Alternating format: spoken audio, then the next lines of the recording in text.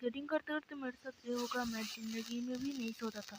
तो गाइस सुबह सुबह मैं स्केटिंग के लिए निकल रहा था। अभी देखो कितने बज रहे हैं भाई, सुबह के 4:30 बज रहे हैं, इसलिए मैं बात नहीं कर। चलो गाइस मैं मेरा स्केटिंग दिखाता हूँ। ये देखो ये मेरी स्केटिंग है।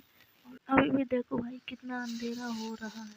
गाइस मैं करीब 2 महीने से स्केटिंग नहीं किया हूँ, इसलिए मैं थोड़ा सा नॉर्मल स्केटिंग कर रहा हूँ। और आप लोगों को अगर बहुत सारे ट्रिक पता हो कैसे करना है वो मुझे बता देना, मैं ज़रूर करके दिखाऊंगा। और देखो भाई मेरे साथ सामने क्या होता है भाई, मैंने कई महीनों से स्केटिंग नहीं किया था इसलिए भाई गिर गया इधर।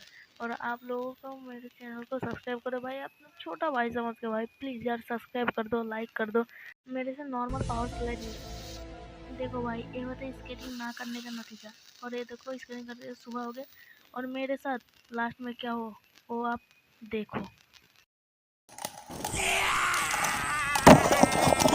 आठ सारी बहन की चोट।